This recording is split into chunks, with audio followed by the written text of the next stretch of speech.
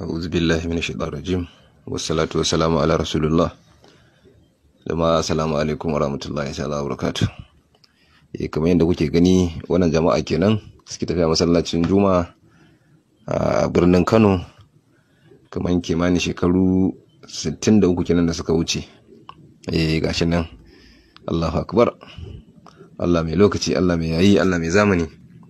Ka gani dai shekara 63 da suka wuce ba wani dadewa kirki ma akai ba, amma ka ziba birnin Kano a wannan lokaci, ka ziba titi malam, ka ziba yanayin kasa da yanayin guri malam, ka ziba gani dai birnin Kano kenan. Nan masallacin gidan sarki ne yake tafiya sallar Juma'a. Allahu akbar. Allah mai iko. Ka gani dai malam, ka gani fa, kaga zamani malam, zamani mai juyi kenan.